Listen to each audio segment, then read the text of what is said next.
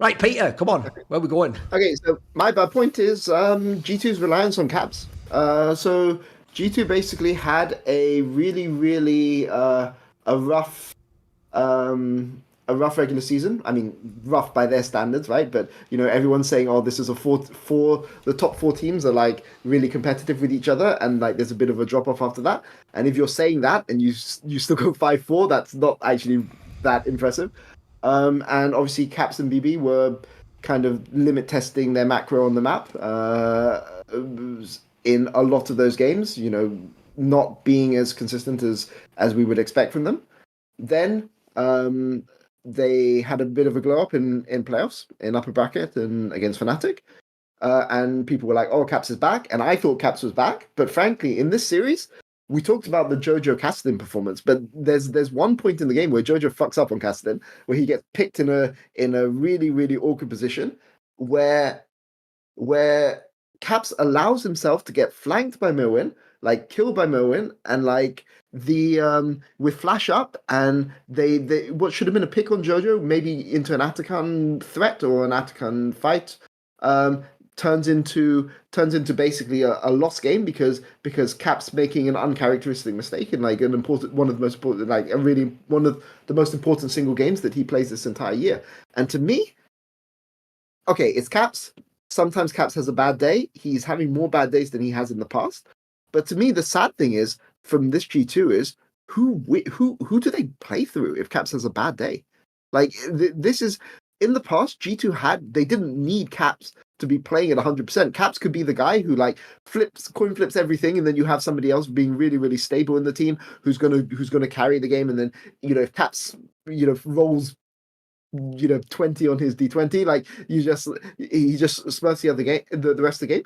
But if he's having bad games and they look this bad, that really really scares me for G2 in the future. And in the Koi series, I didn't expect Jojo to be better than Caps in the series. I think he was, but I think it's also because Caps had a rough series and G2 just didn't have anything.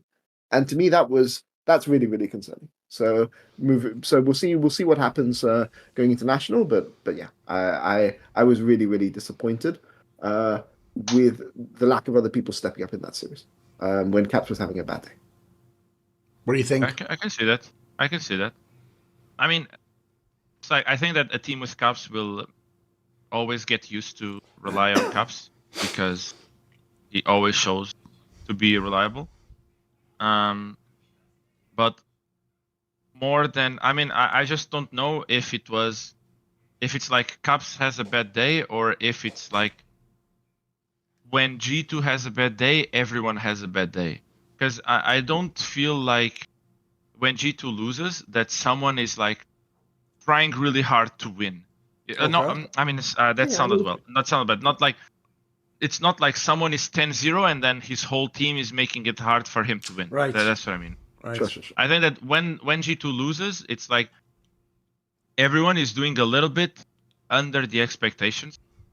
So I don't know if that's like a Caps, like a being reliant on Caps issue or just inconsistency across the board on G2, that this split they are just more inconsistent. But yeah, I think that the G2 that like would found magic is a bit gone.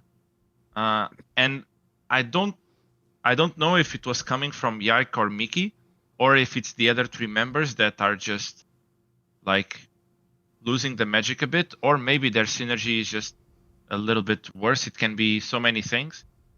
But at the same time that I said that they wouldn't make it to Worlds, I also say that I think they have a very competent staff that's shown a lot of times ability to solve this. So I'm sure that they are more aware than any of us about their issues. And I think that losing to splits was traumatic in a way for them, and they will be looking at very, very deeply at what things they can do to not risking me being right.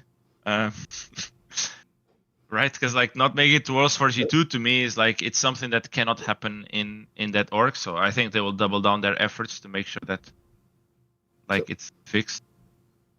I mean, I will say, Gilotto, I feel that watching Fnatic in this playoffs. I think that if G2 don't make it to Worlds, it's going to have to be you guys who are knocking them out. That's what I'm going to say. Yeah, I hope so. That would actually be hilarious, man. Like there would be, that would be some time that I would spend on my bookmarks. By the way, on this topic, though, I actually think also it's somewhat fitting the way the finals went because, yeah, in the upper bracket, Caps had like the Renaissance, which allowed all the classic narratives to just wide up. Oh, you always would if you have Caps. Oh, your Caps never loses. Oh, he's the goated one, the chosen one. First of all, that wasn't the case in this split at all. Like, by the way, if you want to talk about someone, I have a term in CS. I call them CS royalty, which is once you've won enough and you've been a great player long enough, your name is just permanently good, and it doesn't matter how shit you play in the game. They'll always just go, nah, I think he's pretty good. And like they can be washed. Like if you don't know the player from Brazil, Fallen, he hasn't been good for about 5 years. I'm not even trolling, but like he just has a crazy name because he was an all-time legendary great player. So Caps is now. I'm worried actually for this year because this year's been quite underwhelming. He was all right last split. I think for his standards, he was just flat out bad this split. Like I don't even think he should have been all pro at all. I would literally have had. You can have take Humanoid, Jojo, Vladdy. We can even keep going, mate. Maybe there's even another name I can throw in there. Like I wouldn't have even had him there. So I'll give him the props. He gave the upper bracket performance was good. This final was nothing, mate. It was absolutely fuck all. And what it does tell me, in line with what Peter is saying, is this is where you do know that like the old G2 script really just went like, point one, Caps is the best mid laner and maybe best player in the series. Right, let's go on to point two. It's like no one else has the option. No, the court shore team has that point one. Like everyone else has to have like a real team, fucking strategy. Everyone took for granted this guy was the chosen one and would just always win. And so as a result, I do think like, I'll use this moment to be shitty as usual. All of you who've told me for the last 3 years, every fucking split that Broken Blade and Hans Sama and the fucking goated players at their positions, well, you know what? It was your chance to carry a series, lads. Tell you what, there you go. Go ahead and carry it, mate. Mate, Hans Sama must be on some fucking cursed monkey paw shit at this point in time. He's had this with Bjergsen now and now Caps. It's like, you got there too late, mate. You're supposed to get there when they're in their prime, these legendary Danish mid laners that never lose and clutch out every series. You're getting there at the end when they're like fucking, the player getting like the applause every time they leave the fucking the game and get subbed off at 80 minutes. That's like the era we're in now. Because I'm actually concerned, by the way, if this turns around. Like in the past, if you even go back, the classic one was 2022 spring. If you remember where Caps was like slowly, and it's at the end of the Ari Globe, and he had the 24 game win streak.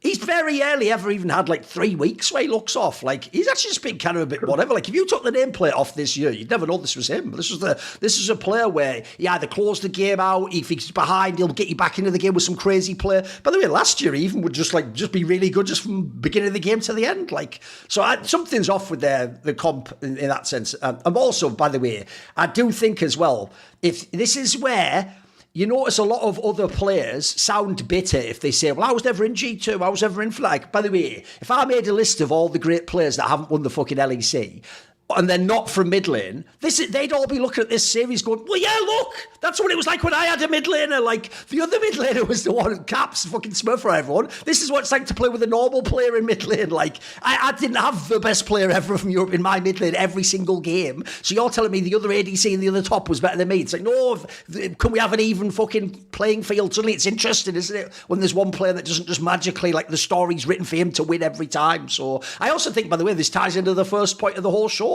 Doesn't it make the league way more wide open when Caps isn't just by default the best player? It makes LEC a lot more fucking spicy, doesn't it? Yeah. That's true.